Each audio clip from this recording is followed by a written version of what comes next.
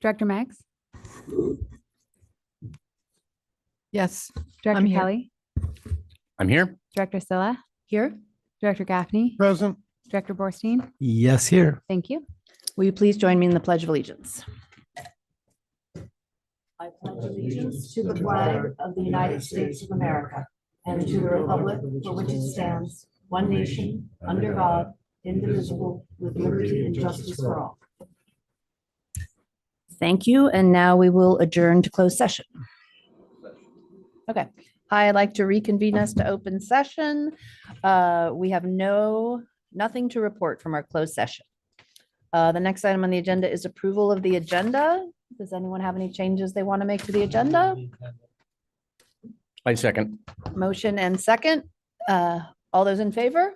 Aye. Aye. Thank you very much.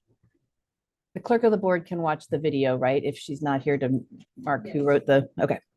Item number 7, public comment. Anyone wishing to address the board of directors on matters within the district's jurisdiction, but not on the posted agenda may do so. Do we have any public who'd like to make comment before our board tonight? Okay. Yes, ma'am. Oh, can you do the microphone? There's a 3-minute time limit, but we are We waive it often. generous. Are you ready for us? Sure. Yeah, that's all right. That's our next item. Sorry to shock you.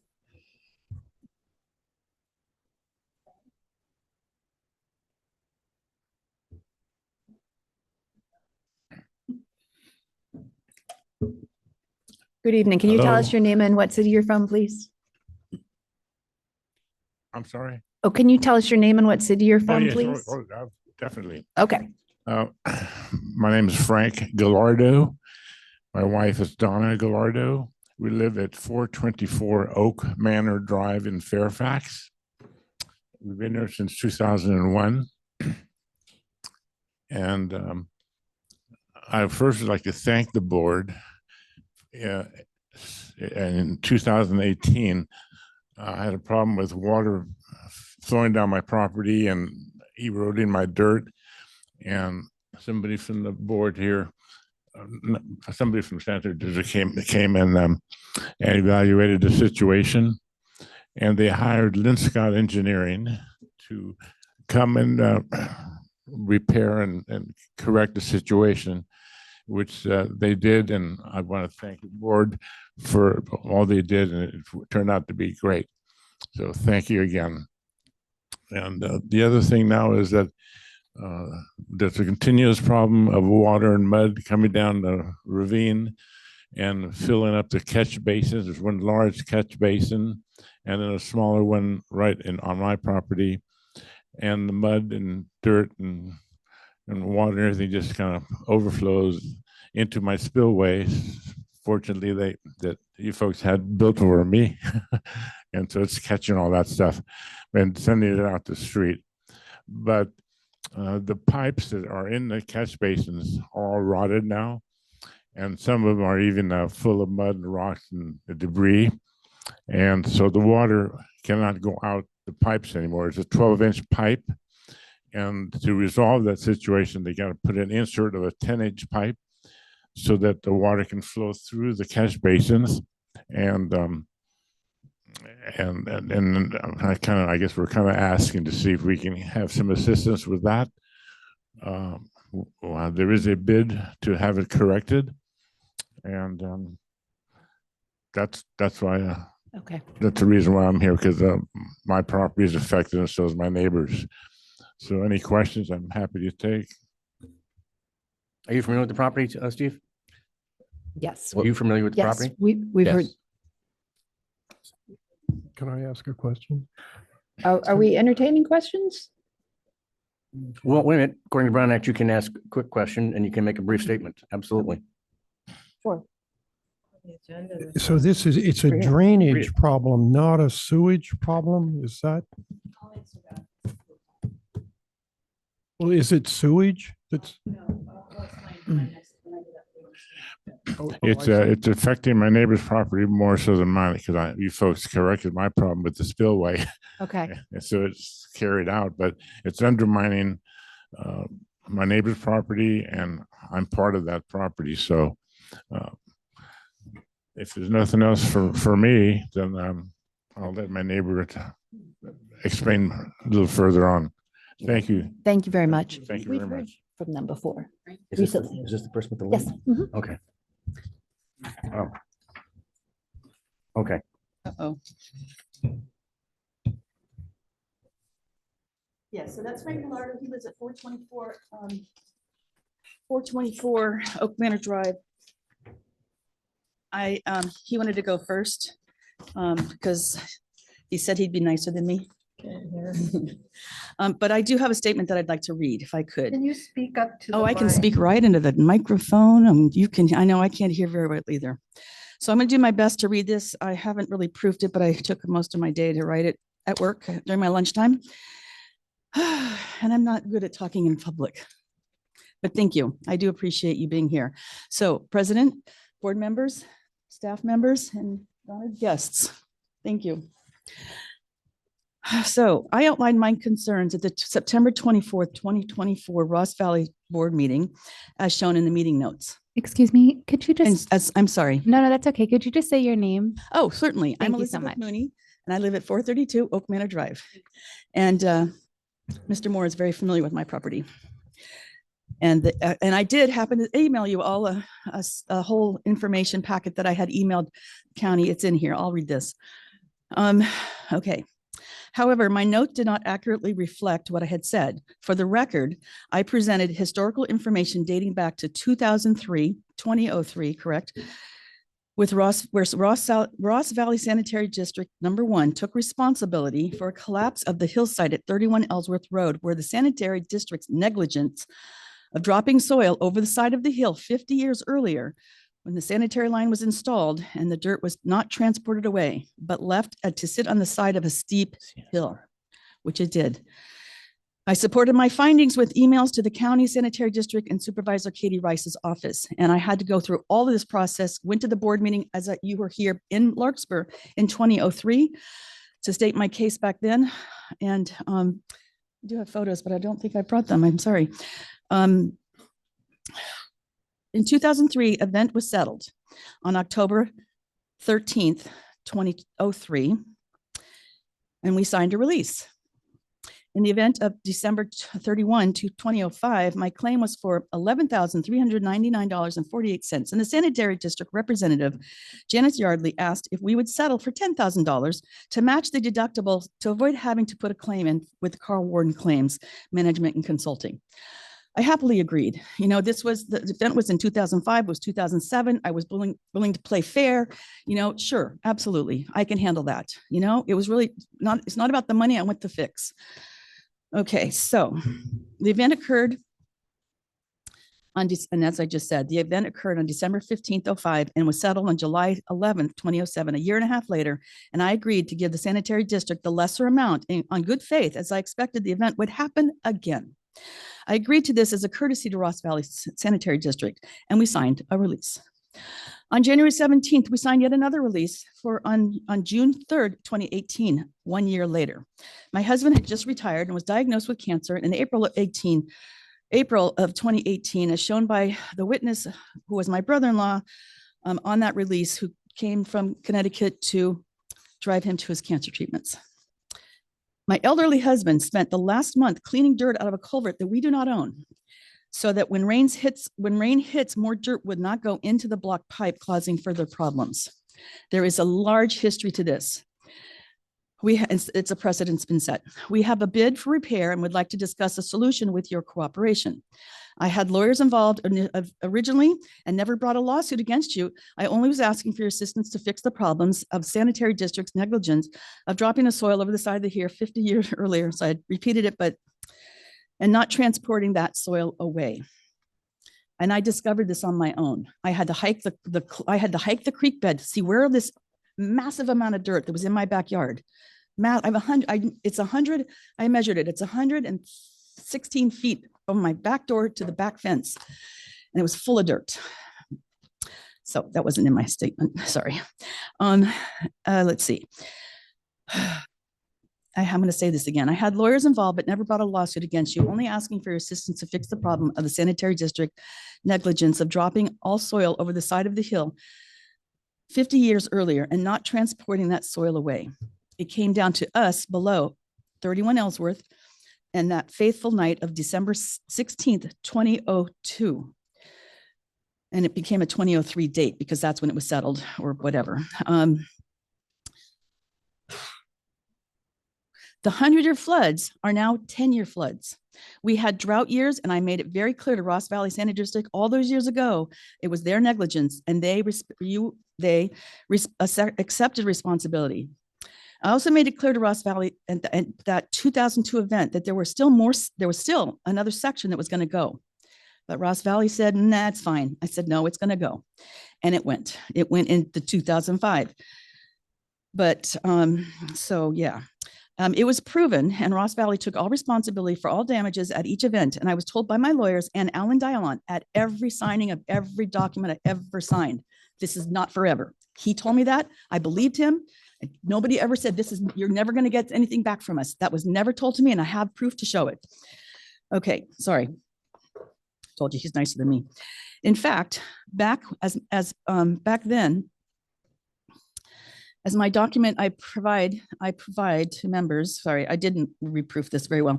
In fact, I did provide you with documents and you all got an email. Board, I don't think I got all staff members. I think Steve, you probably got another copy, and so did the engineer, because I recopied to the county, to you all, and I added all board members. So you're fully informed, because I don't think you're informed at all. Sorry, I'm almost done, sort of. So in fact, back then, as my document I provided to you tonight,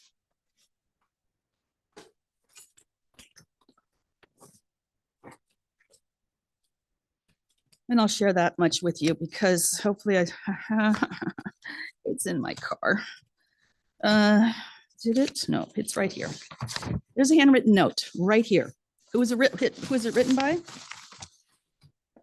Your very own Steve Moore, who was heading up the cleaning of the 2017 event and had since become a trusted member of Ross Valley and has yet since become a trusted member. He's your director now, but at that time, he knows the history. He was on our side. You can tell he became the director of Sanitary District later that year in October of 2018, I believe was the date.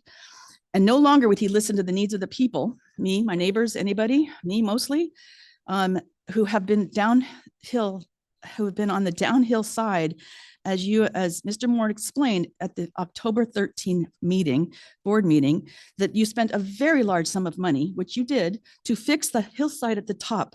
But what did you do for the people it affected at the bottom? Me. Nothing. Okay. Nothing since 2018. I've called. Nobody will answer my phone calls. The fact is, in 2003, I signed the exact same release at each event that I would never have signed anything. That's why I was a little shocked when he said I signed it forever. And you're a lawyer. I have lawyers. I was told this is not forever. I would never have signed. Sorry, let me finish. I would never sign anything that was forever, as it was never, as I knew from the 2002-3 event, that the pipes were getting overloaded with dirt. He said they're rotten. Yeah, they're broken, but they are full of dirt, and they can't put the pipes, so they have to excavate to get all that dirt that came down the hill. And that's where it's coming from. And I can prove that. It's in this document you got tonight, okay? Okay, we're at 5 minutes over the 3 minutes. I know, and I'm sorry, I'm almost done. So please listen, please bear with me, because you really need to hear this. The fact is, I signed the exact same release at each event, and I would never have had signed anything if I was told it was forever. And I wouldn't have done that. Okay, I'll move on. I never agreed to a forever settlement, and it took me time to collect my documentation, get bids for repairs, and inform my neighbors, because they didn't even know about any of this in October. After I collected all the information, I then went to my neighbor. I have another neighbor who is also part owner of he owns the culvert and the pipe. I own part of the pipe, and we share a whole pipe down the side. So there's 3 properties involved, and 31 Ellsworth is also involved because it's their hillside that you're fixing for them. Okay. I never agreed to forever settlement. Sorry, I keep saying that. Sorry. This is really hard for me. Okay. I never agreed to a forever settlement, and it took me time to collect my documentation and inform my neighbors. They did not get the damage. They did not get the damage that we had. They didn't get damage till 2018. I've had it in 2003, 2005, 2007, 2011, 2017, 18, and it's happened since there. And the pictures that are in this were happening this last year. happens every year and it floods and it's a nuisance to the neighborhood. Water's flying. Almost right, done, we're at almost 10 done, we're almost at done. 10 I minutes. understand. Thank you. So I have loss of property value, as you can expect. And I would not say that, and I would not say that I have some serious pain and suffering over 20 years. I have, but I've never asked for this compensation. I've never asked for anything, but just to help fix it because it's your fault. I prefer, you prefer, I can retain a lawyer and get this settlement in a different way, but I don't think we want to do this. I think that's on the best interest of public funds. Let me just finish the last thing, because this is important, okay? So what I did not know all those years in 2018, that the Gallardos had the sanitary district. Can you speak into the microphone? It's being recorded. Sorry, everybody. So what I did not know all those years ago in 2018, that the Gallardos had the sanitary district bring their people. I knew Lynn Scott. I knew Van Mitty. Van Mitty cemented the whole side of his property, preventing any water to go anywhere but out to the street. It doesn't go into the ground. It's kind of it's a nuisance and it affects my property. And Van Mitty built that on this. He said he didn't, they did it and you hired them to do it. And they built it high rise. So it flows into my property. It's a mess. And they didn't, and they also, sorry. The issue here is that All right, I'm going to ask you to wrap up because we're at 11 I'm minutes. almost done. Okay, I have to get this out. I have spent a lot of time losing sleep. So, and Van Mitty Construction to fix the side yard, build an ugly wall on our property line and cement the entire walk from back to front. The overflow spills out to the street, causing a public nuisance. The issue here is that the water is now forced to go onto our property. And more importantly, the survey marker was moved by these Van Mitty people and encroached on our property. All these years, I thought it was the Gallardos that had done this work and they had moved the survey. No, that is not the case. It was the people that the sanitary district hired to make this move of the property line, which encroached on my property. But all the while, it was the sanitary district workers who never informed us of this work. And I came home one night to see the sidewalk ripped up and the survey marker removed. I had to go to work the next day and then it was cemented up. I'm almost done. It was mysteriously placed by someone who did not do their homework because the property line is in the middle of the telephone pole and it was put on the other side of the pole on my side, which that was pretty obvious. And I have documentation to prove all that. So 432 Oak Manor property value suffers from the sanitary district's negligence. This is an ongoing problem for the hillside. And why would I ever agree to releasing something that I knew was going to be happening again and again? And it has, especially when I knew the pipes were full of dirt and debris, and they have been since 2003 and subsequent years. And now they're blocked and we do have a bid to get it fixed. And with this storm that's happening, my elderly husband cleaned out that culvert the last month. He was out there every day doing a little at a time. I said, get someone, hire someone. Nope, I want to do it. He finished it yesterday, before this storm came. There's no dirt in that culvert. We don't own that property. It's the 40 Stevens Court, and he is an absentee owner, and it's hard to communicate with him because he wants nothing to do with it. And the paper that I showed you is a report from Veritan. It's for the property owners. Sorry, it's the property owners before Rick. All right, I'm going to ask you to stop So talking. do you Please. understand? Do you understand? Yes, I Okay, hear thank you. And And I have paperwork to show that. I okay, have signed thank you for your releases. public comment. We I've really signed appreciate you. releases every year and it was never forever. Okay, thank you So very what much. she showed you, it's the same thing I signed in 2003 and 2005, and I keep sending it, so it's not forever. Okay. Thank you. Thank you very much. All right, is there any other public comment? Oh, do you have any questions? I do not. Did I say enough? All right. Thank you. Seeing no more public comment, we will move on to committee report out. How long was that? Just for my record. She spoke for 13 minutes. Finance Committee. Tom, will you tell us a little bit about the Finance Committee? Yes, we had a very good Finance Committee meeting yesterday. We, of course, reviewed the regular Finance Committee, the September 24 financials, and we remain in good financial condition, but this is the low spot of our cash flow for the year, but we'll soon get some more money next month. We spent a lot of time, which we're going to discuss, on the design contract for the really important Fairfax project, which is going to go right down the middle of town.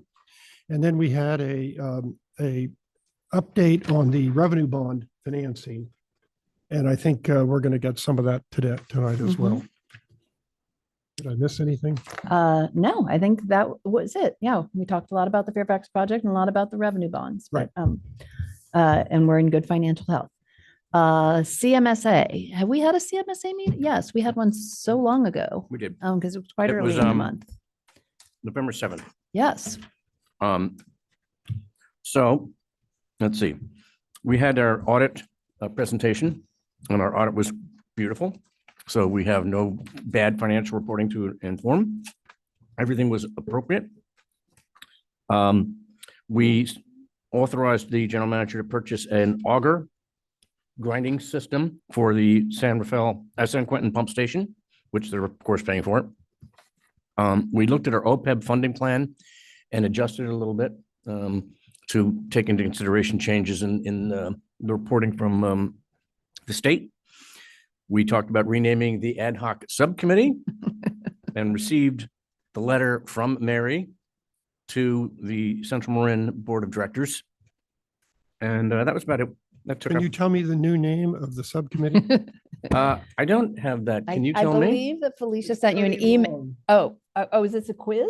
Is this a point of information or is this a test? It is the committee of CMSA JPA member representatives to consider the JPA's organization development future. I believe our clerk of the board had something to say about like how that verbiage. Yes, but they took it as was proposed in the Okay. agenda item. All right. And I mean, I also went over the white paper as a separate agenda item, the white That's right. paper.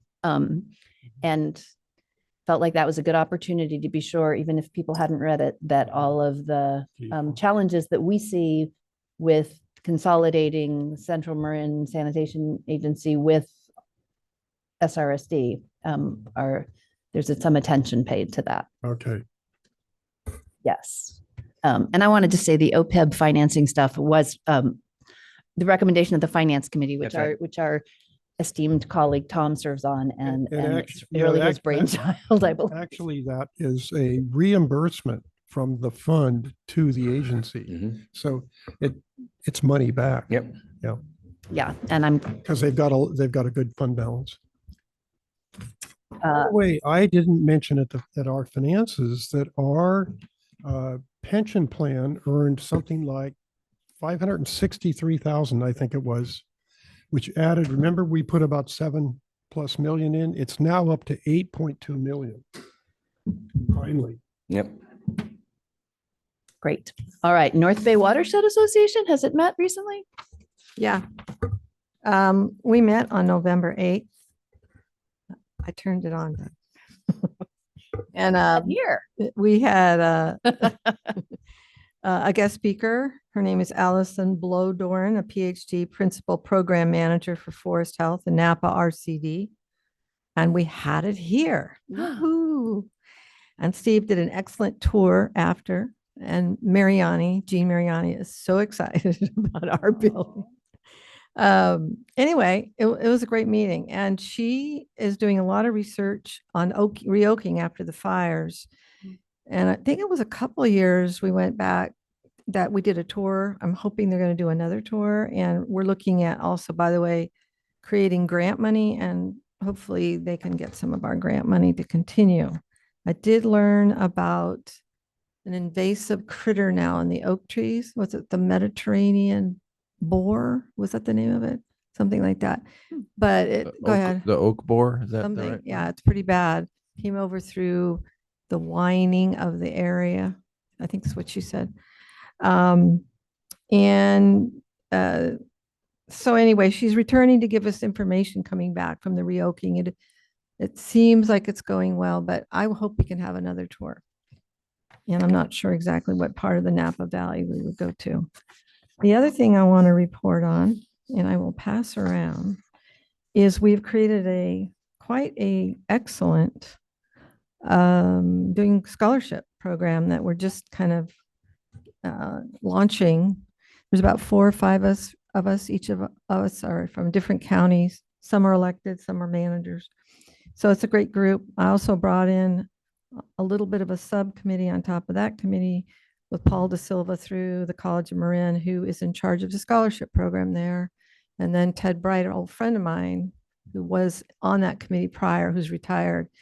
So it's pretty amazing. And I'm just going to read a few of what we're reviewing and starting to talk about, especially around documents. So we're going to ensure the funded projects provide benefit to the North Bay region. I'll bring a map next time. I should have had a map. Promote the program to reach a diverse audience, ensure accessibility and equity for all eligible applicants, develop strategies for long-term sustainability, track the progress of funded projects and scholarship recipients, and support projects that demonstrate measurable environmental benefits. Here is our agenda. We met on the 12th of November for a couple hours. We've got a meeting in December. Now we're starting to get down to the more difficult discussions about how much money is going to go where and to what programs, et cetera. So there you have it. Thank you. Item number 9, verbal report by general manager. Great. Thank you, President Silla and board members. I just have 2 quick things to report on. As you know, there was a lot of activity last couple of months on 2960 Kerner and its disposition. And just a brief update on where we're at. The due diligence process is continuing with the selected buyer, and we're on schedule to potentially close escrow on December 10th. But a lot of steps happen between now and then. And everything is proceeding smoothly so far with, for instance, we provided access to the property to do some due diligence for the buyer. And we've provided some records of work that we've done on the property and those kind of details. And so that's all going well. And it's interesting, just as we go through those old records, that a lot of work the district performed on the property, on the Kerner property in around 2009 and 2010, when it was first purchased and improvements were made. So we've been providing that detail of information to them for their information. So that's the update on that. It's proceeding, and hopefully we'll report back next month on a successful process, but it's not done yet. And then the second item is, remember when we awarded the contract on the Heather Gardens lift station, and we talked a lot about how the bids came in and they were irregular, right? Remember that with the contractor, but we still recommended awarding the low bid, despite the way the different bid items were kind of loaded or unloaded. Well, we met with the contractor, Disney, who had submitted these bids, and Somas was there, our construction manager. And so what we learned was they really had no intention of billing for everything, in the early in the project. This was an artifact. It was unintentional. They were just doing things last minute, and their subcontractor, Shape, who is reputable, and we love working with them, didn't give them an itemized bid with the electrical stuff we talked about, or the generator. So they just threw those numbers into the pumps, the pumps category, and then, hope to sort it out later. Well, it turns out they came up with the lowest price, and they are perfectly comfortable with us going through, in the submittal process during construction, doing a schedule of values so so we don't overpay early in the contract schedule, and that costs will indeed match work as it is completed. So we'll be able to structure things appropriately and not be holding the bag. But I thought I'd follow up with you on that, just to give you some insight that we've answered those questions about risk. And we appreciate the board accepting some measure of risk in following our recommendation to go with Disney. And I think it's being rewarded already. And so you're saying that it was sort of front loaded, but they're going to kind of filter it out as actual expenses hit. That's right. So by doing a schedule of values, we'll really get what they expect the value to be for the different steps, including, the electrical panels and the electrical equipment that had really low values in their bid. They'll be brought up to what is more realistic. Okay, great. Thank you. Yeah, and that's it for my report. Thank you. Any questions on that, anyone? Okay. Verbal report by board members and requests for future items. No, but I would just take this opportunity to say, I think it's great that we allow board members to simply ask for agenda items. At a meeting last night, they tried to stifle that on another board. Interesting. Yep. Yep, that was a zoo last night. Okay, thank you. Oh, I thought you were, at first I thought you were referring to CMSA because I No, did feel no. like I had to jump through so few hoops to get Yeah, that's true that too agenda sometimes. item on. I was talking about Fairfax. Okay, anyone else, anybody down there have any reports or agenda items? All right, seeing none, we will move on to the consent calendar. Anybody have anything they want to pull from the consent calendar? I don't want to pull, but I would like to make a comment about our clerk of the board. About our clerk of the board. Do you want to hold your comment until we Yeah. can have her full Okay, I got a attention? comment. Yeah. Maybe that refers to the clerk of the board too, but it says in E, consent calendar E, Uh-huh. that we haven't approved these complete salary schedules for a while. I thought we've approved these. We do approve them. The unrepresented staff get approved every year with the salary and benefits resolution.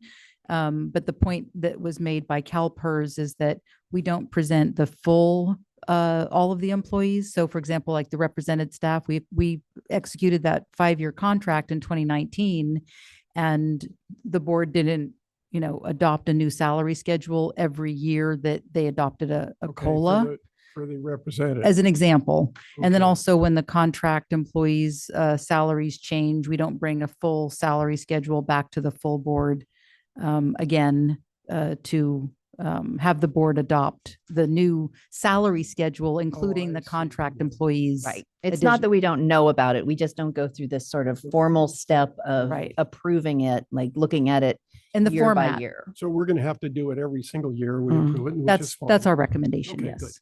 Yeah. So now I'd like to make my comment. Please do. Now we have everybody back at the tables. I just want to point out that I'm really always proud of the minutes. I know they're not a transcript, but the minutes that you do are really, really good. And I've shown them to other agencies, like, this is what minutes are supposed to look like. Because some of them, I'll show you some of the other ones. So you just do a great job. And with that, I'd like to move the consent. I'll second. Oh, we have a race to second. Okay. I'll second. Okay. Tom seconds. All those in favor? Aye. Aye. Aye. Thank you.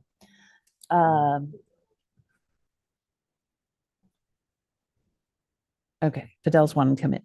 Item number 12, consideration of authorizing the general manager upon review and approval of council to approve task order number 7 to the master services agreement with Harrison Associates for design and engineering services during construction for the Fairfax Capacity and Creek Crossings project in the amount of $535,492. Steve, would you like to introduce this item? Yes, thank you, President Silla and board members. And I believe our proposed design engineer, Fidel Salamanca, will be joining us. Good. He's from here, joining us from Hawaii, it looks like. Okay, good. Very nice. So welcome, Fidel. I'll introduce the item. We went into some detail at the Finance Committee. I won't go to that level of detail. I'll spare you that. But very interesting challenge we've been addressing here and a few different dimensions to it. And then also I'll introduce the background on the project and then hand it off to Fidel to discuss some of the design challenges and strategies that he's already provided us some insight about, in the proposal that's attached to this item, which I will note, he's already provided some example designs even at this early stage in the process, in the proposal. And that speaks to, Harrison Associates being a longtime partner in executing designs and work during construction for the district that precedes my working for the district in this role, 6 years ago. Harris has refined their craft. And really, we find that through their work, we're not looking at a lot of change orders due to unanticipated utility conflicts and things like that.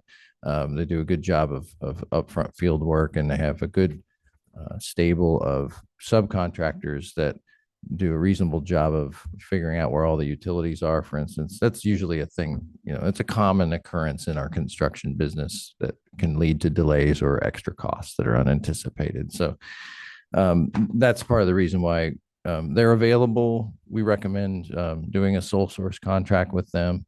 And we worked with them on the details of this complex project, which now I'll introduce a little bit. By taking on this Fairfax Capacity and Creek Crossings project, the board and this district will address a capacity issue that was identified first back in 2006. And we've reviewed it to see if we really still need to do this project by performing a comprehensive monitoring and modeling of our whole collection system back in 2022 and then into 2023. And that still recommended we needed to do some capacity improvements, basically increase the diameter of the trunk line that is currently goes down Park Road by Town Hall at 15-inch diameter. It just can't carry the design storm, even considering all of the work we've done with the I&I control upstream of that point. Over this last years, we've done lateral replacements, point repairs, lots of work, some capital, some lining, but that hasn't added up to solving this capacity issue. And so there was a question, is this the right route to take that was recommended in the 2006 study? And so we had our friends at HDR who did the IAMP update. We had them perform a routing study so that we could show Town of Fairfax partners and the community members that we've looked at every alternative with an eye toward minimizing community disruption. Of course, being cost effective, environmentally responsible, all those things. And stacking the project along with what the town is planning to do for road paving or otherwise storm drain improvements.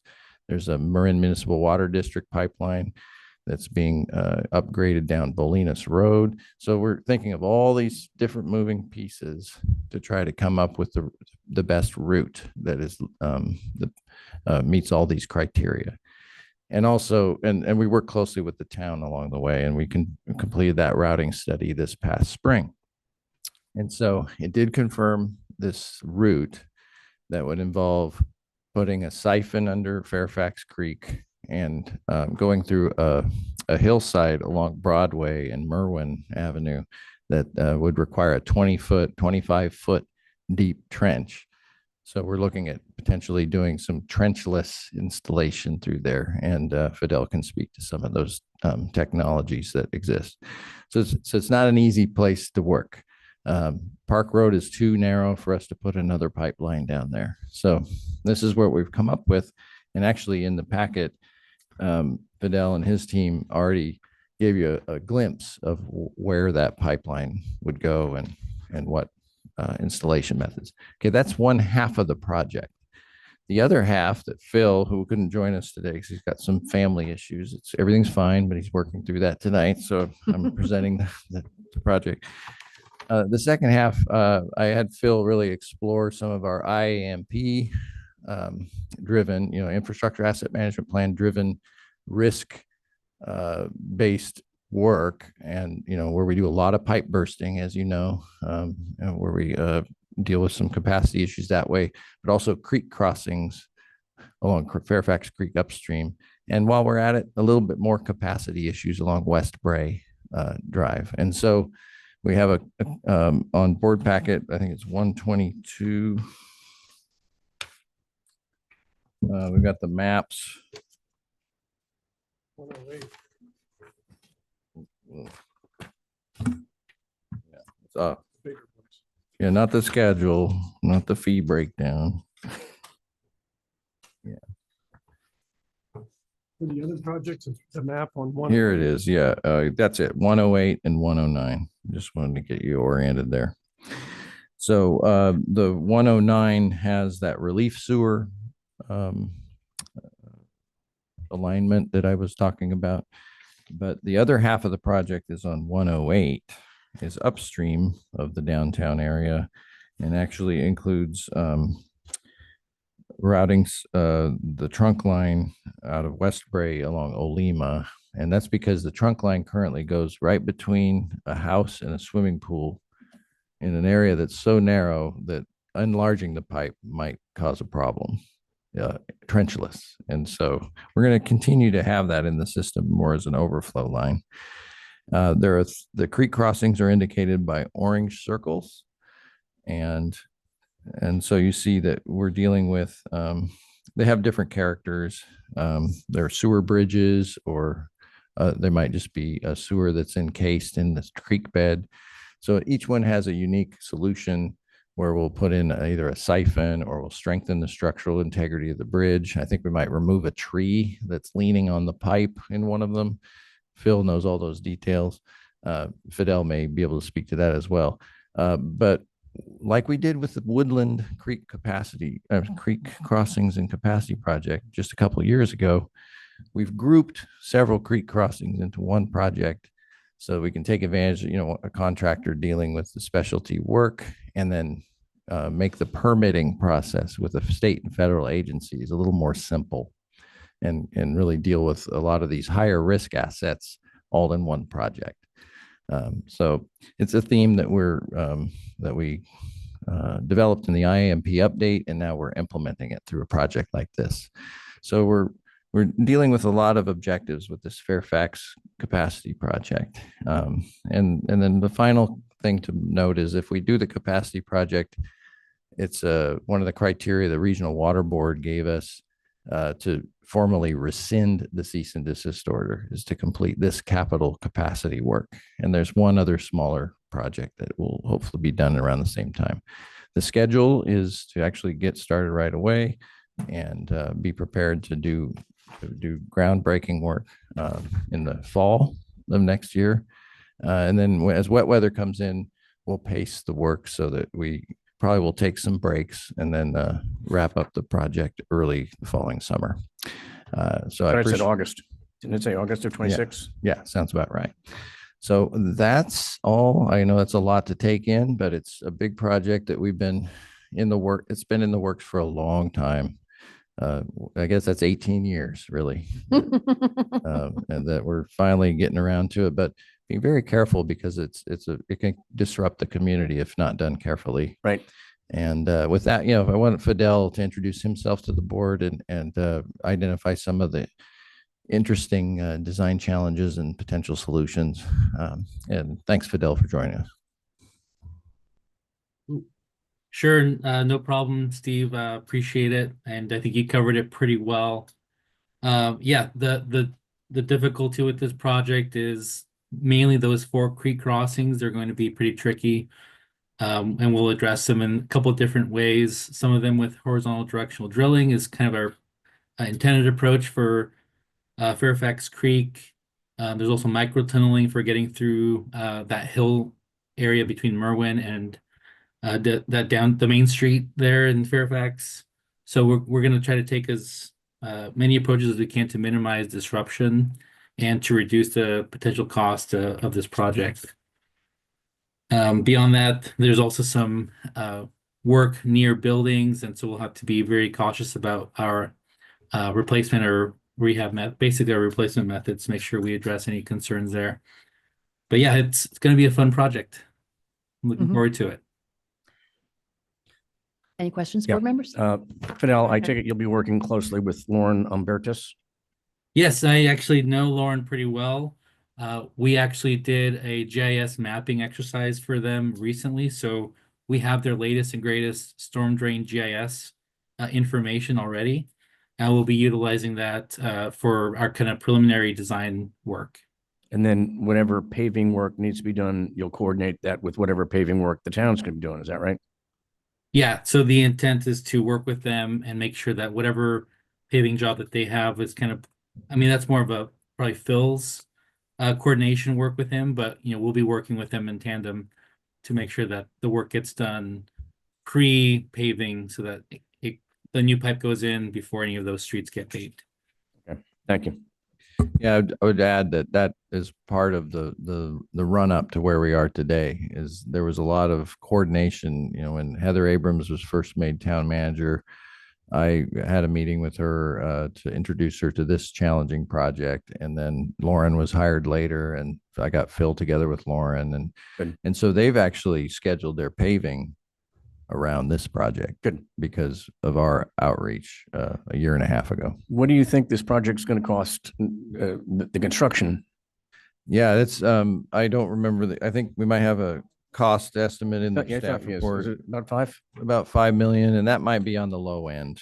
You know, we'll see. Okay. All right. But we'll see how bids come in, you know, Yep. and there's some specialty work, so sometimes that can drive things up. I have a couple things. Hi, I'm Pam. I live in Fairfax, a long time. I hope, and I would think you'll have, because it's a complicated endeavor. How will you communicate with the neighbors? Because I have some concern where it's at. There's a very busy park there. The creek is there. There's some homeless encampments close by. Not for long. Well, I know, but so, and the emergency vehicles, because I know it's narrow in parts, but can you just kind of talk about that a little bit? Because I think in the initial phases, having even I noticed we put out some beginning signs for other jobs. I've had people come and say, thank you so much, letting me know that the sewer project's coming. So anyway, those are my few questions. Thank you. That's real important.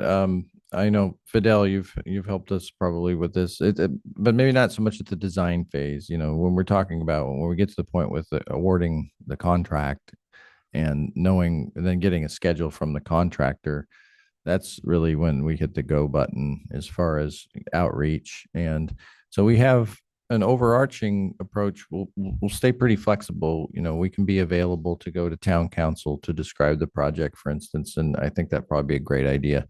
But we also have a pretty good system that Phil helps, you know, Phil really implements during construction, making sure we're getting out, you know, 3 weeks ahead of time to say, yeah, remember that project we told you about? I know you've forgotten about it.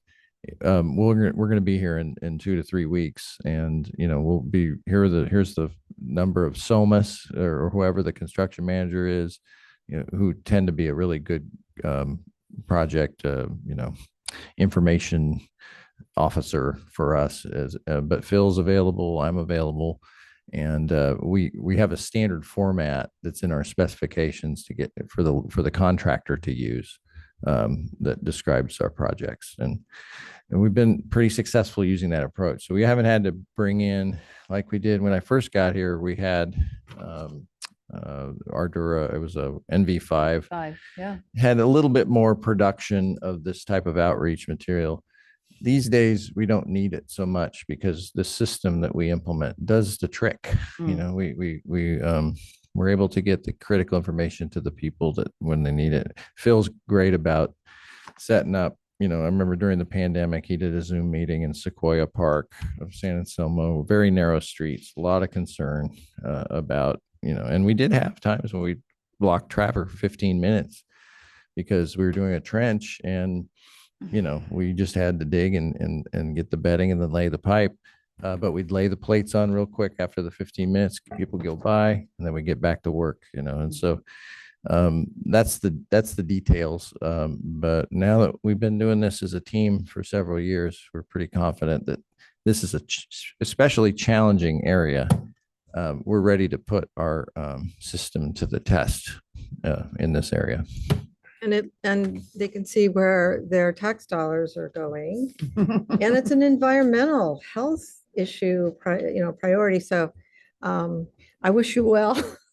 If you have any questions or if I can help in any way, let me know. Well, based on what you just said, I think you'd be a perfect ambassador for the project. That's right. And we'll have you come with us to town council and talk about the project. Yeah. Yeah. Totally does. Yes, that'd be Go out to great. the Fairfax Festival and tell people about it. Yeah. If that's time appropriate. It may not be. All right. Any other questions? Any questions from the public about this project? Come to the microphone, Would you come to please. the microphone, please? This is in the town of Fairfax you're talking about, right? Yep. Yes. And Pam, I welcome you to my hometown. It's her hometown as well. Fairfax and San Anselmo, born and raised. Yeah, my question would be, how does this affect the water system that's now? What's happening now that this has to be replaced? Right. Well, it doesn't, in terms of the water system, the watershed, Correct? this project definitely improves watershed protection by reducing the risk of overflows from infrastructure where that intersects with the watershed system. So by focusing on creek crossings, we help manage the risk of contamination of waterways from sewage. And so it's going to benefit the watershed. And then it really benefits the conveyance system because all the work we've done to assess risk has shown these are capacity challenged areas that go through downtown Fairfax. And so by creating a relief system for more conveyance capacity, that's going to benefit all the residents of Fairfax and a good functioning collection system. Thank you. And then just one more question. It's the watershed itself there's the creek that goes through and it kind of goes, does it go under somewhere and through Fairfax? Is it, because the creek comes from Fairfax, my side of town, Oak Manor, goes down and washes around underneath the bridges that go down to San Anselmo, correct?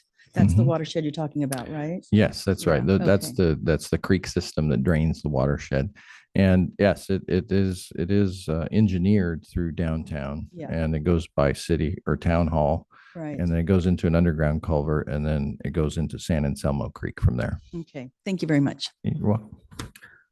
All right, if there are no more questions or no more public comment, I'll entertain a And make a motion. motion. Can I have one more comment? Yeah. How, I have a question I asked, but I just want to know, because may I ask? sure.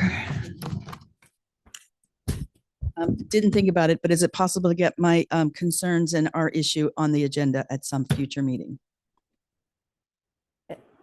I'm not, the public, Andrea, is the public able to ask for an item to be placed on the agenda of the Ross Valley Sanitary District? The public can ask for such an agenda, but it's up to the typical process for putting an agenda item on the agenda, which is between the board chair and the general manager. Okay, we'll consider your request. Thank you very much. And you'll let me know, right? Thank you. Sure. If you'd like a copy of this, I'm going to make a motion. I'd authorize the general manager upon review and approval of legal counsel to approve task order number 7 to the master services agreement with Harrison Associates, Inc. for design and engineering services during construction for the Fairfax Capacity and Creek Crossing Project, which is 957 in the amount of $535,000, $535,492. All right, all those in favor? Aye. Aye. Doug, will you say aye? If that's how you intend to vote. Okay, unanimous vote. Thank you very much. Moving on to item number thank you, Fidel. Have a good evening. Good to see you again. He attended our Thanks, Fidel. finance as well. Thank you. Have a good evening. Thank you, Fidel. No. Okay, item number 13, consideration of accepting the year-end capital program report for fiscal year 23-24. Yes, thank you, President Silla and board members. This is an annual exercise, as the staff report indicates. This is the 7th annual capital program report. This year, we put a little effort in transitioning out of the report format that really focused on the old IAMP, the original 2013 infrastructure asset management plan that implemented projects from the cease and desist order. And there were graphs in those reports that showed, okay, we budgeted 95 million over this period, and this is how we tracked with it. You might remember that. That graph is not in here. We're done. Because we adopted a new IMP in 2021. and felt it was time to view the capital program with a new lens, because this year the regional board said the cease and desist order is over. You don't have any more obligations except for finishing that Fairfax project we just talked about and the Winship Bridge sewer. They narrowed their expectations to that. So we're working on getting those done. So, but all the other regulatory requirements have been suspended or ended. So that's why the tone of this report really now shifts. And so I tried to, capture that in these 2 pages. This is actually board packet 122. I said that last time. 122 and 123. Had that in your notes or in your mind. Yeah. It's a mental note. And so what we tried to do here for you and the public was show kind of a comparison of the pace of work and the type of work in 2013 IAMP, which was required by the state in the enforcement order, and then compare that to the type of work and the quantity and the dollars and the miles of sewer that we've implemented since 2021 in the new IAMP, which is risk-based, and really focuses on things like the creek crossings. And so this graph on 122, on the left, you see the number of projects and type of projects under the former order, and then the number and projects, type of projects under the new IAMP, which we developed for ourselves to guide things in a pay-as-you-go capital program that's risk-based. And the water board supports, that we're looking at, okay, what are the highest risk assets? And the creek crossings are pretty much up there, as well as small lift stations that have been, neglect or whatever, deferred maintenance is the word for a long time. They're the highest risk assets. So you see that in these. So the purple bar is the pump stations, and you see that we did 3 major projects under the last IMP, and now we're already working on 6 pump stations since 21. And clearly the creek crossings jumps off the page here, where we really oriented, the risk and the environmental protection idea around that, those higher risk assets. You'll see in the old projects, a lot more capacity projects. That might speak to why these days, when we have overflows, knock on wood, they haven't really been during the wet season. That used to be the normal thing for sanitary district number 1. And then, back in the 90s or, getting in the IJ, or the big spills, and then certainly the 2000s there were some issues, but they tended to be during stormwater periods, and since 21 we haven't had any stormwater overflows. So we're working really hard to prevent them, but the capacity investments from this 2013 program, we can actually tell the water board, yeah, you were right to hold this district to accountability around planning and building enough capacity to convey stormwater influenced wastewater flows. So that's why you see that big blue bar. But now we don't do as many of those projects. Woodland was a project like that. Fairfax is going to be a project like that. But we're focusing a lot on it's like a source control approach where we're tightening pipes up in the upper branches of the system to reduce, and we're tightening laterals through our lateral permitting program and enforcement program. And by tightening the system, we create more capacity in the lower trunk system. So we're shifting our focus, and that's where this graph kind of illustrates that. And then we also, the next page on 123, you see we've captured, the $108 million of work and the 31 miles that we did dealing with gravity sewers and capacity over the previous 8 years. The last 3 years, we maintained a credible pace, not quite the accelerated pace of the cease and desist order, but a pace that we can be proud of 30 million in 3 years, really meeting that 10 million a year capital commitment and delivering projects, moving these projects through design as we did today, through construction and construction management and notice of completion. So 7.3 miles in 3 years, that's pretty darn good too. And that is on top of all of the in-house repairs that we do and the smaller projects that we get done. So we want to just highlight that. And then this is a reference for you and the public to see where the funds go and at what our burn rate is. So, our and who gets paid, what professional services we pay for through these capital projects. And the fold out on board packet 129 is a month by month expense report in the thousands of dollars for each of these capital projects that include Woodland, 2324 Gravity, the lift station 2031, 32, and then also the Anderson building, this building here, and the investments we made, which we will recoup through sale of the Kerner property. And then on board packet 131, these are the professional services. So you can see the different design engineers, construction managers, environmental costs from Integral that are paid for and each quarter and what their total costs are to the program, which all add up to the $10 million per year that we do. Outside of fixed assets that Paul helps manage, which is the vehicle fleet, and the generators and the bypass pumps also get spent in the capital program.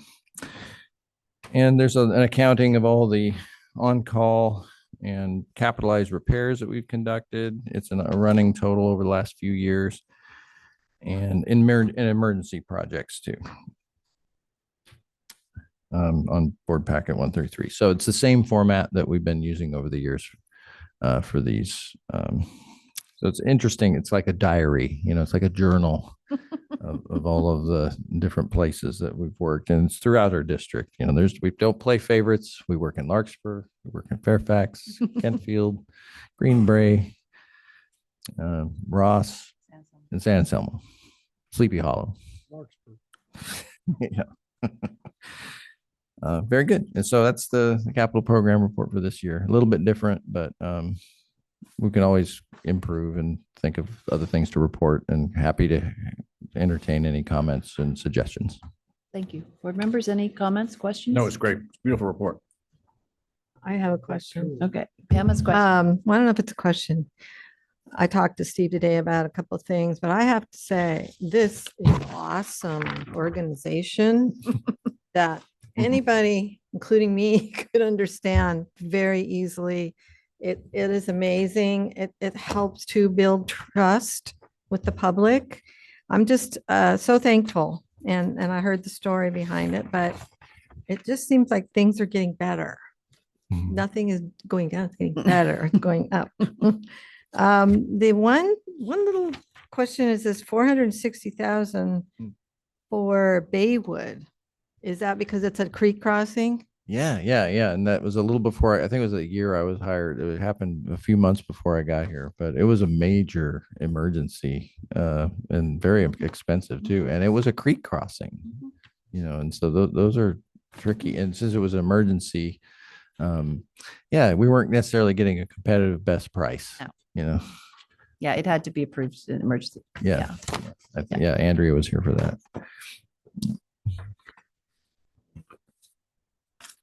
All right, any other board member questions or comments on this? Nice job. We're overwhelmed with the clarity and value of the information. All right, any public comment on this item? Seeing none, I will entertain a motion.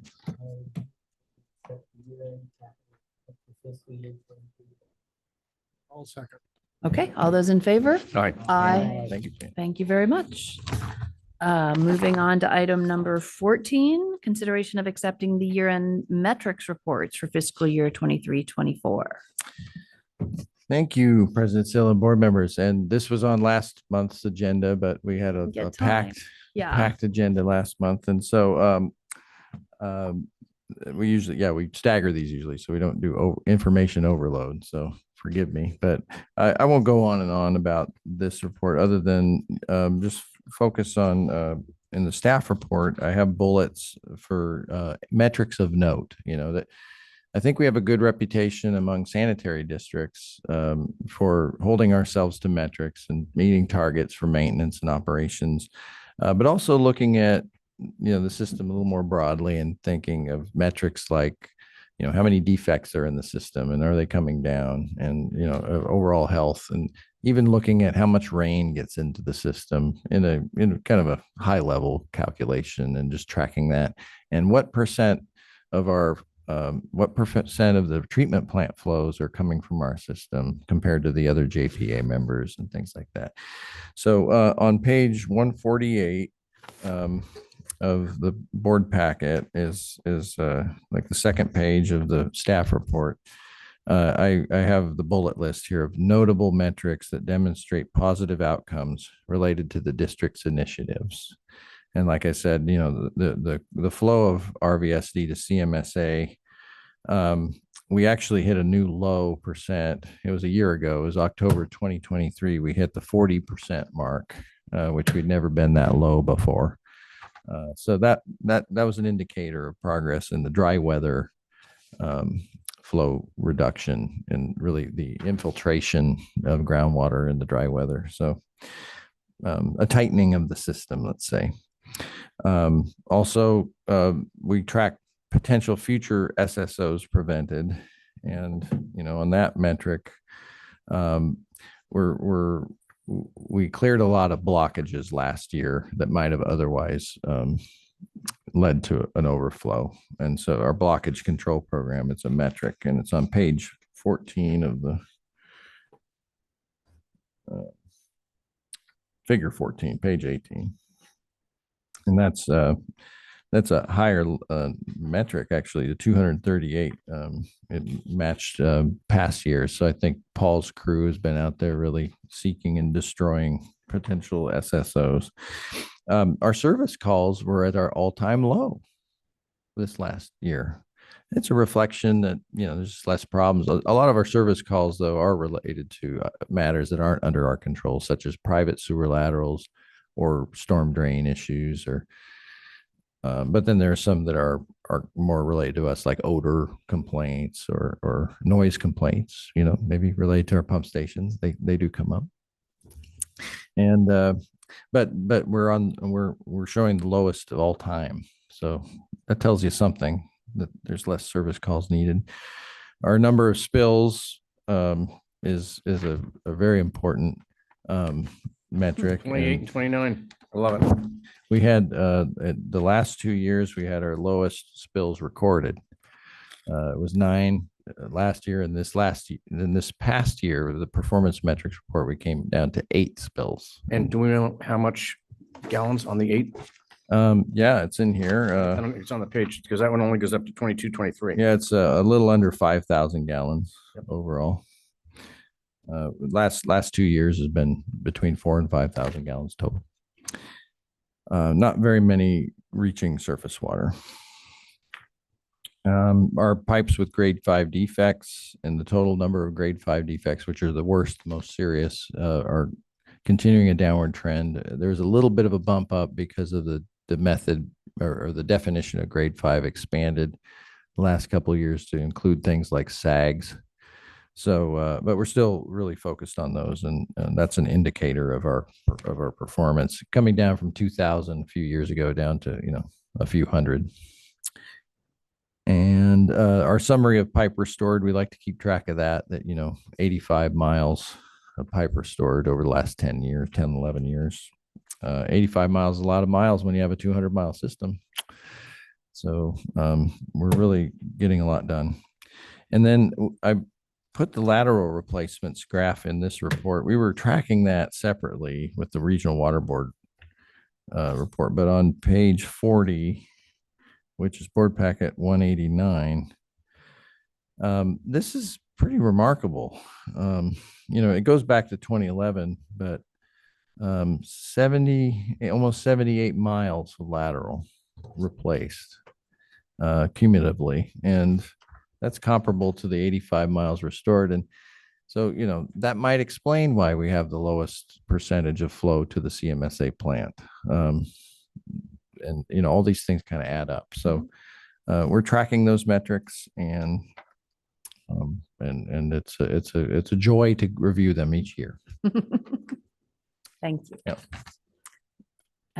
Any questions, anybody, board members? Tracking those metrics and putting them in beautiful graphs that are easy to comprehend. It's Patrick Filippelli. It's noticeable trends, you know? Uh-huh, You can see. absolutely. It's almost 40%, 38% of the laterals have been replaced. Yeah, and that's through just this steady churn of property sale and remodeling, so there's opportunity to replace them. Sometimes they're identified through our field work. We see defects and we'll notify the landowner. It's not required, but strongly encouraged. And we remind folks that they get a compliance certificate for 20 years so that they don't have to deal with these issues if they want to sell or remodel in the future when it'll be more expensive. Do it now. It's cheaper. But we're doing pretty well, Paul, on our lateral enforcement program. Probably 2/3 of the folks that we send letters to, we get the work done, and they pay for it. We offer some financial assistance, and slowly but surely we're churning through the system. Excellent. All right. Any public comment on this item? Yes,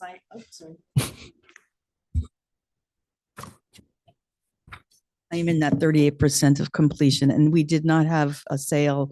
We're not selling, we're whatever. We just knew that we had some issues, and it's the concrete, what was it? The cement, the pipe is the old pipe and broke down and it was bad. So we did it, and thank you very much. And I have to remortgage my house now. Thank you Thank for you. participating in our program. We appreciate it. All right, I'll entertain a motion. Accept the year-end metrics report. I'll second. Oh, I made. didn't make the motion. You're making the motion. Okay, Just to accept their year-end. Michael moves. Pam, will you second that? Yes. Okay, all those in favor? Aye. Aye, thank you. And then we just have the performance metrics monthly report. That's And right. Paul will get to come and talk to us because. That's right. I'm all talked out. Yeah. We'll let Paul well, talk about the monthly metrics. We, Good evening. you didn't get to talk to us about this. Yeah, this got continued, or we just didn't get to this informational item last It time. was a little Okay. late last month. Welcome. But Good I to see- appreciate you guys coming out in the storm to see us and having this great meeting tonight and handling all these situations. So staff in preparation of wet weather and all the response that we're dealing with, staff attended training on sampling techniques with Mark Kokemeyer from CMSA. We do it annually with him to go over the new regulations, new sampling techniques. There's actually some changes and different bottles we have to use now. So we got all new sampling kits for our response vehicles. So it goes over all the requirements if we have a spill and the county or the state requires sampling out of us, how to do it safely. We really enforce that with staff, during high rain events like this, the creeks get really flowing. So we really emphasize safety with staff. Don't just go wading waist deep into water to get your samples and that kind of stuff. There's always a better way. So we're in preparation of wet weather, got a lot of that done. Excuse me. The pump station crew, I don't think I need to tell you, but it was a great job with the shutdown with CMSA. A lot of information here regarding the shutdown, our new pump station shutdown plan we've created. We've done an internal one with maps, sectioning it out by area so staff know where to go, what sequence to shut down stations now. We have all this in a nice written document for staff to review and use, something we previously didn't have. So that's been a big help. Hopefully we'll use it in future trainings because we'll be doing this again next summer to do the flow meter at CMSA. So it was a good trial run for us because it'll probably be a 2 or 3 day event when they start drilling for the flow meter over here next summer. So good dry run. We learned a lot and glad it all went well. Line maintenance staff have begun doing 3 and 6 month high frequency cleaning. This is the bulk of our work every year. We do it twice a year. We get through a lot of lines. But if you notice here in this section, I really want to thank you all and Steve and Phil for all their hard work and CIP out there. This go around after the 23-24 gravity sewer improvement project. They replaced lines on Almanar, Los Cerros, Manor Road, Greenbrae. And after completing this round of cleaning, we found it saved us about 3 days worth of work by the good capital work that's being done out there, really focusing on these high frequency cleaning lines. So it really frees staff up to get out into the system and do other stuff. And, so I appreciate everybody's diligence and hearing all my cries for help and capital improvement and everything else. So I really do appreciate that. And then another good one was line maintenance, collaboratively worked with the residents at 14 and 15 Tulane Drive in Larkspur. Those two properties were always a toilet spray issue when we were cleaning those lines. So doing their due diligence, the line maintenance staff came up with a remedy and a way to do the line cleaning without affecting the houses anymore. So now with the larger VACCON unit that we purchased a couple years ago, they're bringing that out. They're dewatering the line and then flushing that line without surcharging it and sending the water up the laterals. So we worked with the residents, checked while we were performing all this work, and found a new way to do it so that we don't have to disturb the residents anymore and we don't have to blow out their toilets. So I'm sure everybody. Is this my neighbor you're talking about? No, this is in Larkspur. So this Yeah. is over. It's in the Hillview area. It's the Blast, isn't it? they Like- call it the colleges, It's- all the names. But it's a loud blast or noise. No. Oh. No, basically when they're pulling back, when they're cleaning the system, it kind of pushes water back up their laterals and it can overflow a toilet in your bathroom a little bit. It's just a messy situation that we hope to get away from. The repair crew has really been working hard. I don't know if you guys have seen the yard recently, but they've been working to get the rest of the equipment and supplies and everything out of Larkspur Landing. Really want to work on consolidating here and not having to have staff run over there to grab this manhole lid or cone or barrel. So we've brought over all the manhole equipment, all the grade rings, the manhole lids. We have all the big manhole concrete cones now. We brought Connex boxes. We bought the dump trucks. We brought the flatbeds. So we're really working to consolidate and rearrange the yard to where it works best. So staff can do all their work from here for the majority of it. They've been working really hard. They took down some trees. They cleared out some curbs. It's been really nice. So if you get a chance to take a look in the back corner over here when it's not pouring rain, take a look at the new organizational project we're doing back there. We're also going to add some new bins for dirt and cut back and everything. So we'll have that over here, the new skid steer, everything will be here. So we're really hoping that'll get done soon, but they've been doing a lot of good work. They went through the whole warehouse after our big move and reorganized and made more room. So it's really coming along. It's nice to see the staff really buying into the whole headquarters and everybody being here. It's really nice. And then condition assessments started working on all the 2-year creek crossings. So they're out there trying to beat these storms before they get washed away in these creeks. But out of 290 in the month of October, they did 65 creek crossing inspections. They're going down, inspecting the bank, inspecting the bridges, inspecting the pipelines, make sure everything's sound for winter and everything's good. So they're really working hard. I talked to John today and we're way over the 65 now. So I'm hoping in the next couple of weeks, they may even be done with it. So they're really doing all this crews out are doing a really good job out there. So hopefully it's a good winter to us and we come out of it unscathed. We're trying. That's the plan. Yeah. And then spills in October, we did have 3 minor spills, unfortunately. 2 of them were Cat 4, which is anything under 50 gallons.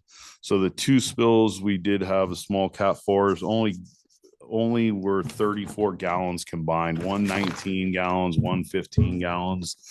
fully captured, cleaned up, no problem. And then we had one category 3 spill of 159 gallons, which again, we did capture the whole spill and clean it up. So we haven't had any cat 1s. So really working to stay on that positive route for right now, and, you know, taking it for what it is, and a little bit of a learning lesson on some of the pipes that we found these on.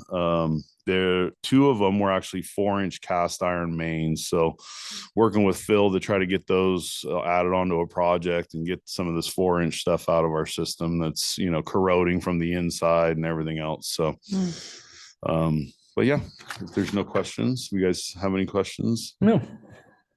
Thank you for your time. Thank I you. have one little comment.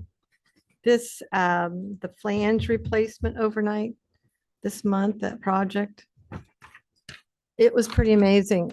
Steve was at our North Bay Watershed meeting, and he explained it to a lot of these other people that are from all around the region, like 9 different counties. They were super impressed.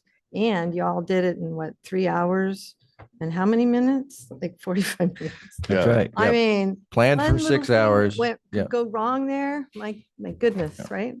We planned for, I mean, we were pulling crews in, sitting in the boardroom hours at a time, looking at maps, focusing on it, where we should stage VACons. It was a real, it was a real process, but we got a lot out of it ourselves too. Like I said, we have a new written plan now. We know where to stage our VACons, where to put the treatment plant, used a brand new bypass pump over there. So yeah, I'm glad the word is spreading, and if anybody ever needs help, we're here to help. So even coming up with a plan or whatnot. We actually just, City of Novato had a large force main break and called us in a big emergency looking for a 6-inch lay flat hose. And luckily we have our new pump. So we had 600 feet of 6-inch hose to get them, so they could bypass this 18-inch force main back to a pump station, so they could stop the spillover by Highway 37. So Wow. again, appreciate you guys always listening and approving the stuff that we're working to improve our system, but not only that, to help others. So Absolutely. thank you. That's excellent. Thank you, Right. Paul. Thank you so much for the report and the work always. All right. I believe that is the end of our agenda. So we are adjourned until when are we adjourned until? Sorry. The December 18th at 5 p.m. Thank you all.